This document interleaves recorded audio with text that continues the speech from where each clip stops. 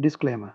This video is created for educational and informational purposes only. The solutions shared here are based on common technical scenarios and may vary depending on device model, app version, or server condition.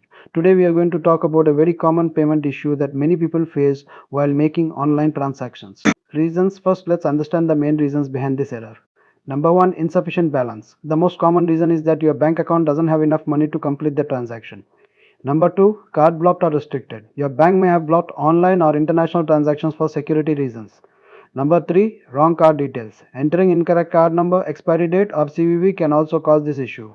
If you're making a payment on a global platform, your card must have international payments enabled. Number 5. Bank security check. Sometimes banks automatically decline payments if they detect unusual or suspicious activity. Number 6. Expired or inactive card. If your card has expired or hasn't been used for a long time, it may not work. Number 7. Server or payment gateway issue. Always the issue is not from your side but due to server errors or payment gateway problems.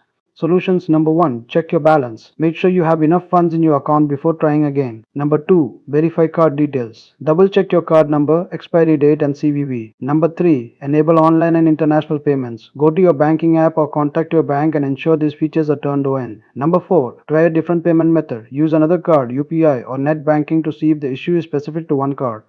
Number 5. Contact your bank. Call your bank's customer support and ask if there are any restrictions or blocks on your card. Number 6. Wait and retry. If it's a temporary server issue, wait for some time and try again later. Number 7. Update app or browser. Make sure you are using the latest version of the app or try a different browser. So that's it. This error usually happens due to bank side restrictions or simple issues like balance or settings. Follow these steps and in most cases your problem will be solved quickly. If this video helped you, don't forget to like, share and subscribe for more useful tech guides. Thanks for watching and I'll see you in the next video.